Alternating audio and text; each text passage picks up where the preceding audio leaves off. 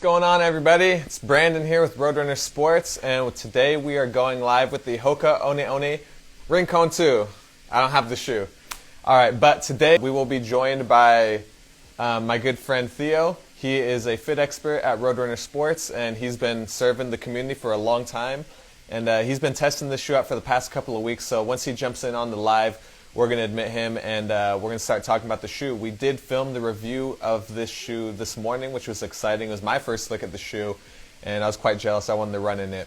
Connecting. What's going on, man? Yo, what's up, man? I thought I was going to have to, leave Roadrunner and get, a better connection or something. But, yeah, I'm here. All right. Rincon 2s. All right, everybody who you don't know, this is Theo. He is a in-store fit expert at our San Diego store. He's been testing shoes for a long time, and now he's been testing the Rincon 2 for a couple of weeks to just come on and answer some questions. You know, we just this morning we recorded our full review of the Rincon 2 so that we can put that up on YouTube and on Instagram Live, so you can go back and reference it, or on Instagram TV. But now we're going to go live and just talk about the Rincon 2 and just the overall feel. So, Theo, tell us a little bit about your overall experience in the shoe. Cool. So, like I said, with the review I did not too long ago, I wasn't a huge HOKA fan, right? The Metarock technology for me was just a little bit too much. I'm neutral. You know, I don't do more than about 3 miles at a time. But when I tried out the Rincon, I was pretty impressed. Obviously HOKA has soft shoes. With this Rincon, what I found is that the softness mixed with the explosiveness, I would like to say, was impressive. This shoe is like the lightweight, faster version of a Clifton. It's super comfortable. For me, I am one of those guys that normally does most of my running on a treadmill, but I've been doing a lot of it more on the road lately due to the gym closings everywhere. And for this shoe, I can't say anything bad about it. It's comfortable, it's cushioned. The way that it's designed allows for you to feel like you're being propelled forward. So once you start running, you don't have to worry about your gait. Just start going, and you're gonna feel like as you start to run, your momentum will kind of send you forward in the shoe. And I think that's the whole Metarock technology, which is really, really, really, really comfortable. Anybody who's looking to do long distance, racing, anything like that on the roads, the shoe's excellent. If you've been in HOKA in the past, the fit and feel is similar to one of the older Cliftons as far as the fit, but you're getting a lighter weight shoe and you're getting a soft, comfortable, fast shoe. Yeah, it feels like last year the Rincon kind of exploded onto the scene. Like everyone was running in their Cliftons and their Bondis and, you know, what other brands they run in as well. But then the Rincon came in and it was just like, oh, I wonder if this is going to be a good shoe or not. Or just nobody kind of knew. It was a brand new shoe. And then all of a sudden everybody was just in love with the shoe. And it's like, this is the shoe to be running in. So it was exciting to have a new version come out. It seems like they took all the good things from the last version and kind of kept it similar. Just changing the upper again, like you said. Overall, you said you weren't a fan of the Rincon, or not the Rincon, of the HOKA earlier because of the Metarock technology and how big and spongy about it.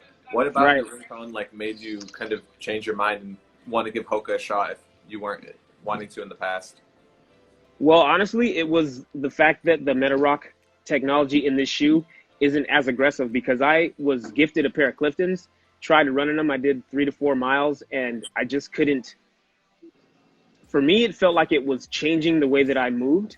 But with this Rincon, the Metarock, you can still feel it, but you don't feel like it's guiding your movements. I feel like if you just run, this shoe just propels you forward. And it's super soft, super comfortable. I did some hills. I'm actually in Tierra Santa in San Diego, and every run I start outdoors starts with the first mile uphill, and nobody loves that. But at the same time, with this shoe, it was super comfortable. I didn't feel like I would have rather been in a different shoe, which is obviously a good thing. When you're running, you don't want to be thinking about your feet. You know what I mean? And with this shoe, obviously, HOKA's getting better with the look. I'm kind of into the look of shoes. You know, I'm one of those guys that cares about function, but I do care about fashion as well. And I feel that when I first started working with Roadrunner, Hoka I wouldn't even consider, just because they were. I mean, you remember, Brandon? We've all been there. I mean, Yeah, the first time you yeah, see a Hoka, you'd say, "What is that?" And then you put it yeah. on your feet, and it's a different running experience. And like you mentioned, it changes the way you move your foot. Which for some people they say, "Oh, I like this," and for other people they don't. Specifically when it comes to like Hoka, because they have that earlier late stage meta rocker, so it really does Right. change your gait versus a different type of shoe. And the same way that carbon plate shoes do the same thing. And I always say with carbon plate shoes, these are not for everybody. These are for a specific type of runner, specific type of run, even if you are that type of runner. So Right. with Hoka, you should probably take the same things into consideration. That they do have the early or late stage meta rocker, which is gonna kind of propel you forward.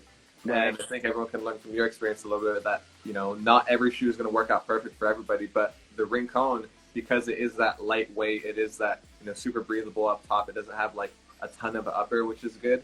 It's going to be kind of a good entry point to the brand, is what you were saying. Yeah, And I just want absolutely. to take a second to answer a couple questions in the comments. Somebody asked a transition from the Kayano to the Rincon. I don't know if you've ran the Kayano, but I know you've been in stability shoes in the past. What would you say the biggest difference is between these two? Well, your Kayano is max cushion stability. So if you're an overpronator, great shoe. Going from a Kayano into a Rincon would be like walking in sand and then starting to swim. It's just not anything like, they're so different. So if you've Yeah. been in a Kayano, you don't want to go Rincon. You want to go more along the lines of like a Gaviota or an Arahi, because those are still stability max cushion. The Rincon is not going to provide the pronation control that someone in a Kayano was going to look for. So I wouldn't go from Kayano to Rincon, maybe from Kayano into GT 2000, and maybe from GT 2000 into like a Bondi, and then from a Bondi to a Clifton. So yeah, it's a little bit of a process. Yeah. Yeah. Yeah, somebody mentioned that Hoka did not make wide versions of the Rincon. Like I said, I haven't ran in them, but I know that if you're looking for a wider Hoka, definitely go towards the Bondi or the Clifton Edge. Both have wide that you can try out. Right, but if you look at the build on the Rincon, it's pretty straight lasted. So if you're someone who is kind of on the wider side, not a true 2E or 4E, you can still work with that shoe. You might just want to size up a half size. But for me, it felt very comfortable. I measure about an E, so I'm in between a standard and a wide, and I usually just size up a half size. I don't really do wides. Just because it makes the heel wider for me, which I don't necessarily need. But if you are one of those people that's a little on the wider side, you could get away with just sizing up a half size, and the shoe should feel fine. Yeah, someone asked, which pair would you recommend for heel support for someone with on and off plantar fasciitis? Do you think the Rincon would be a good option? Yes, the Rincon would be a good option if you're in the neutral category. If you're someone who pronates, then you want to go again Arahi or Gaviota. But the Rincon, the Clifton, the Bondi, we get more people coming into the store from podiatrists, orthopedic doctors, and whatnot that are suffering from plantar fasciitis, Achilles tendonitis, and they recommend Hoka. So because of the way that Hokas are designed, they allow for you to move without overworking your feet. So if you are someone that struggles with plantar fasciitis or Achilles tendonitis, Hoka is a really, really good brand to work with, because you can still, do what you plan to do on a day-to-day with that type of shoe, and not exacerbate the situation that you're already, struggling with. Yeah. And for those of you guys who don't know, Theo is an in-store fit expert. He has been around shoes and been putting shoes on people's feet for a long time. So if you have questions like that about what type of shoe is right for you, or any potential injuries that you have and what might need, Theo is going to be the guy to ask the questions to, because he sees this every day. He deals with this every day. He sees how the shoe fits on someone's feet and what problems they're having. So if you have any questions, leave them below while we still have them here. So when it comes to the Rincon, what type of maybe paces would you put this through? Is this a fast shoe? Is this a slow shoe? Is this a hilly shoe? This is definitely a fast shoe. I mean, like I said, my runs have started every day a mile straight uphill, and I've been doing pretty well with these shoes. They're great for hills. I mean, with the Rincon, you can literally do long distance, short distance, speed work, whatever you're looking to do as far as linear running. Obviously, you're not going to use this in the gym. You can use it as a casual shoe as well. But when it comes to the running, great racing shoe, great training shoe. But because of the lightweight, design of the shoe, I would highly recommend rotating it with another shoe just so that you don't burn it out too quickly. Because your, trainer should not be one of the light, fast shoes, because those are usually better for, speed work and also better for racing. Yeah. And of course, Theo is at the store and want to be respectful of his time and getting back to helping out other customers and stuff. But lastly, yes, I am on the clock. He is on the clock at work. But lastly, if you guys are thinking about getting the Rincon, it is a lower priced shoe than the Clifton or another Max Cushion shoe. Theo, what's the price of the Rincon? Rincon right now is, I think it's running, is it 119? Okay. I Okay. believe it's 119 as regular price. If you're a member with us, you get 10% off, so it comes down to like 107. But like I was saying before, this is a really, really good shoe coming from someone who was very, very skeptical of HOKA. If you're someone who was kind of interested in trying HOKA, this is a great shoe to start with. But it's not a entry-level shoe. It is a high-performance shoe, so you're not getting anything under par, so to speak. Yeah, I think that's a good point to make. So we're going to let Theo go. I'll stick around and answer a couple more questions, but thanks so much. Hold on. T.8616. How many miles would you run in a HOKA before you retire it? Any HOKA, you're on average looking at 250 to 300. Because of how lightweight they are and how cushioned they are, they had to sacrifice something, because your average running shoe, you're going to be looking at usually, 350. But with HOKA, I would say 250 to 300. And if the bigger you are and the more that you weigh, you can start to to minimize the amount of miles you're going to get out of the shoe. So like I said before, rotate your HOKAs if you have HOKAs. They're great shoes. Other than that, that's all I got. Cool. Well, thanks so much for joining us, man. All right, guys. I'll see you there. All right, I'm going to See you stick on the around for a road. couple more minutes and answer some questions if you guys have any. Thanks for joining us. You can just log right out.